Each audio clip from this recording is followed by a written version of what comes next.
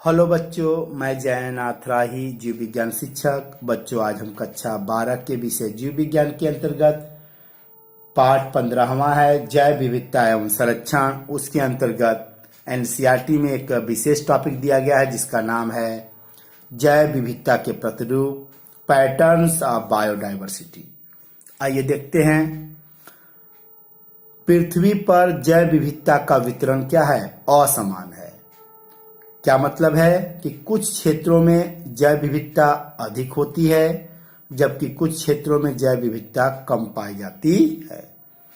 जैव विविधता के वितरण डिस्ट्रीब्यूशन को प्रभावित करने वाले कारक निम्नलिखित हैं। दो यहाँ कारक दिया गया है आपके एनसीईआरटी में। पहला है अक्षांशीय प्रवणता, लैटिट्यूडनल ग्रेडियंट्स। दूसरा है जातीय क्षेत्र विविधता, स्पीसीज एरिया डाइवर्सिटी।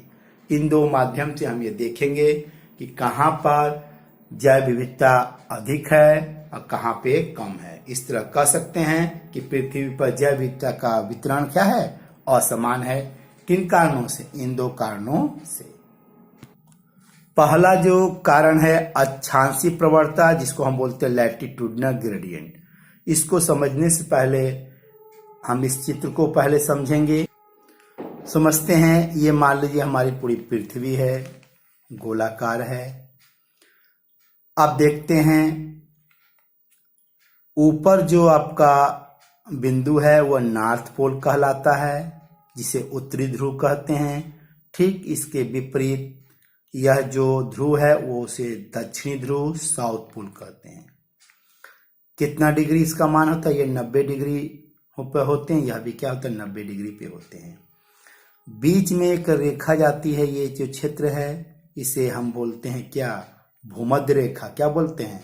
भूमध्य रेखा, अर्थात इक्वेटर कहते हैं। इसका मान 0 डिग्री मानते हैं। इस भूमध्य रेखा से ऊपर कितना? 23 डिग्री हाफ नॉर्थ और 23 डिग्री हाफ साउथ। यह जो रेखा है मकर रेखा कहलाती है और यह रेखा क्या कहलाती है? कर्क रेखा। तो इसके और इसके मतलब ये नॉर्थ की ओर, ये साउथ की ओर, ये जो एरिया है आपको हरे रंग से दिखाया गया है, इस एरिया को हम बोलते हैं क्या? उष्णकटिबंधीय क्षेत्र पाते हैं। अर्थात यहाँ गर्मी बहुत अधिक पाई जाती है और यहाँ जीवों की विविधता बहुत अधिक होती है। अब उसके ऊपर चलते हैं। इधर हाफ 66 डिग्री साउथ और हाफ 66 डिग्री नॉर्थ की जो ये एरिया है, जिसको हम दूसरे कलर से दिखाए हैं, यह एरिया क्या कहलाता है? शीतोष्ण कटिबंधीय क्षेत्र। उत्तर की ओर है तो इसे उत्तरी शीतोष्ण कटिबंध, जबकि यह दक्षिण की ओर है तो इसे दक्षिणी शीतोष्ण कटिबंध कहते हैं। ऊपर की ओर ये जो गोलाकार संरचना है यह क्या कहलाता है? आर्कटिक सर्कल कहलाता है, जबकि इसे बोलते हैं एंटार्कटिक सर्कल कहलाता है। ये दक्षिणी ध्रुव हो गया, ये उत्तरी ध्रुव हो गया। तो अक्षांशीय प्रवणता में कहा गया है कि भूमध्य रेखा अर्थात इक्वेटर से जब हम ध्रुव की ओर बढ़ते हैं, या नॉर्थ की ओर बढ़ें या साउथ की ओर बढ़ें, तो जैव विविधता घटती जाती है। फिर से जब हम भूमध्य रेखा से ध्रुवों की ओर, चाहे उत्तरी ध्रुव चाहे दक्षिणी ध्रुव की ओर जाएंगे, तो जीवों की जो विविधता है वो घटती जाती है। कटिबंधीय क्षेत्र, जिसे हम बोलते हैं ट्रॉपिकल रीजन, में शीतोष्ण या ध्रुवीय प्रदेशों की अपेक्षा अधिक जातियां पाई जाती हैं। यहाँ पे आपके अधिक जाति पाई जाती, जबकि यहाँ और यहाँ इसकी तुलना में कम जातियां पाई जाती हैं। उदाहरण स्वरूप देखते हैं पक्षियों के वितरण में विविधता। कोलंबिया जो है वो भूमध्य रेखा के निकट पाया जाता है। यहाँ पे 1400 पक्षी की प्रजातियां पाई जाती हैं। यहाँ अपेक्षाकृत ज्यादा विविधता है पक्षियों की, क्योंकि यह उष्णकटिबंधीय क्षेत्र में पाया जाता है। भारत भी क्या है? एक उष्णकटिबंधीय क्षेत्र है। यहाँ पे 1200 से अधिक पक्षी की जातियां पाई जाती हैं। जबकि वहां पे न्यूयॉर्क जो है वो 41 डिग्री नॉर्थ पे स्थित है। वहां पे 105 पक्षियों की प्रजातियां पाई जाती हैं, जबकि ग्रीनलैंड वह 71 डिग्री नॉर्थ में है। यहाँ पे 56 पक्षी प्रजातियां पाई जाती हैं। ये जो दो एरिया है वह किस में आता है, आपके शीतोष्ण कटिबंधीय क्षेत्र में आते हैं और ध्रुवीय क्षेत्र में आते हैं लगभग। तो यहाँ पे क्या है, विविधता कम है, यहाँ कम पक्षियों की जातियां पाई जाती हैं, जबकि उष्ण कटिबंधीय क्षेत्रों में अधिक पाई जाती है। दूसरा उदाहरण देखते हैं, संवहनी पादपों वैस्कुलर प्लांट का वितरण। एक्वाडोर के उष्ण कटिबंधीय क्षेत्र के वन क्षेत्र में संवहनी पादपों की संख्या यूएसए के मध्य पश्चिम में स्थित शीतोष्ण क्षेत्र के वनों से 10 गुना अधिक है। अर्थात उष्ण कटिबंधीय क्षेत्र में संवहनी पादपों की संख्या अधिक है, जबकि शीतोष्ण क्षेत्र में पादपों की संख्या कम है। कितना अधिक है उष्ण कटिबंधीय क्षेत्र में? लगभग 10 गुना अपेक्षाकृत अधिक पाया जाता है। तीसरा देखते हैं, दक्षिणी अमेरिका के अमेजन उष्ण कटिबंधीय वर्षा वन में जैव विविधता पृथ्वी पर सबसे अधिक पाई जाती है। यहाँ पे 40,000 पादप की जातियां पाई जाती है, 3,000 मत्स्य की मछली की जातियां, 1,300 पक्षियों की जातियां, जबकि 427 स्तनधारी, 427 उभयचर, 378 सरीसृप, जबकि 1,25,000 से अधिक क्या है, अकशेरुक पाए जाते। क्या नाम है? अकशेरुक पाए जाते। वैज्ञानिकों के अनुसार अमेजन जैसे वर्षा वनों में लगभग 2 लाख कीट जातियों की खोज एवं पहचान अब तक शेष है। एनसीईआरटी में एक प्रश्न पूछा गया है, क्या है कि उष्ण कटिबंधीय क्षेत्र में जैव विविधता शीतोष्ण क्षेत्र से अधिक क्यों है? इट मीन्स ट्रॉपिकल क्षेत्र में जैव विविधता टेम्परेट क्षेत्र से क्या है, अधिक क्यों है? आइए देखते हैं।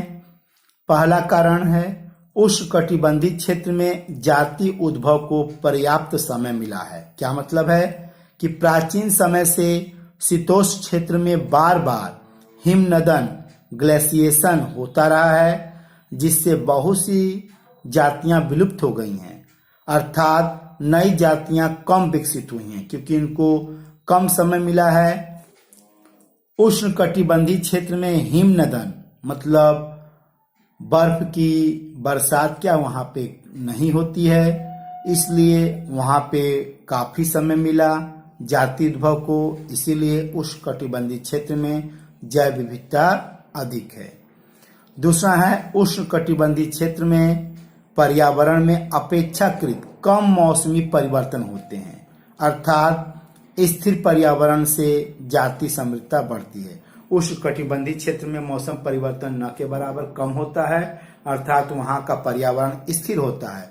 यदि पर्यावरण स्थिर होगा तो नई नई जातियों की उत्पत्ति होगी और इस तरह उस क्षेत्र में जाति समृद्धता क्या होती है, बढ़ती है। तीसरा कारण है, उष्ण कटिबंधीय क्षेत्र में सौर ऊर्जा अपेक्षाकृत अधिक उपलब्ध है, प्रकाश संश्लेषण अधिक करते हैं और अधिक उत्पादन को बढ़ाते हैं।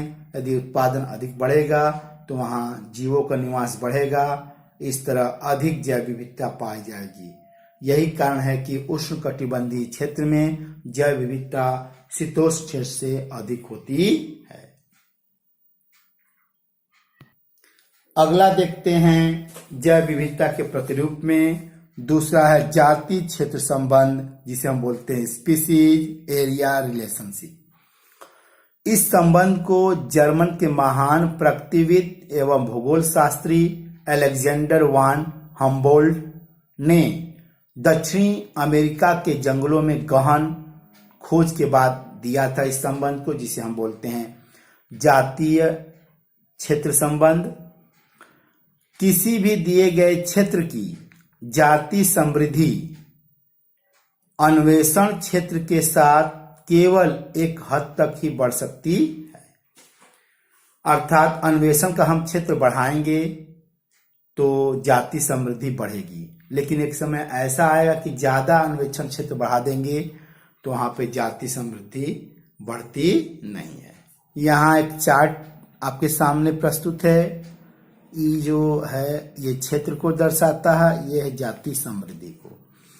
तो अलेक्जेंडर वान हम्बोल्ट के अनुसार ये मान लीजिए क्षेत्र को, इसको ध्यान से देखेंगे, यह जो कर्व है ये क्या है, आयताकार अति परवलय रेक्टेंगुलर हाइपरबोला क्या है, कर्व है। यहाँ पे देखिए यदि हम क्षेत्र को बढ़ाते हैं तो जाति समृद्धि बढ़ेगी, बढ़ाते जाएंगे तो जाति समृद्धि बढ़ेगी। यदि ज्यादा बढ़ाते हैं तो जाति समृद्धि क्या बढ़ती नहीं है, वह रुक जाती है। इस तरह से कौन सा आपका कर्व बनता है, आयताकार अति परवलयन कर्व बनता है। वास्तव में जाति समृद्धि वर्गकों जैसे अनावृतबीजी पादप, पक्षी, चमगादड़ और लवणी जली मछलियां और क्षेत्र के बीच में संबंध जो होता है वो कैसा होता है, आयताकार अति परवलय होता है, जैसा कि आपको चित्र में दिखाया गया है। यह जो आपका काले रंग का है यह आयताकार अति परवलय कर्व है। यहाँ पे यस जो है जाति समृद्धि को दिखा रहा है, तो यस बराबर CAZ मान होगा। लघु पैमाने पर, किस पे, लघु पैमाने पर यह संबंध एक सीधी रेखा दर्शाता है जो निम्नलिखित समीकरण द्वारा प्रदर्शित है।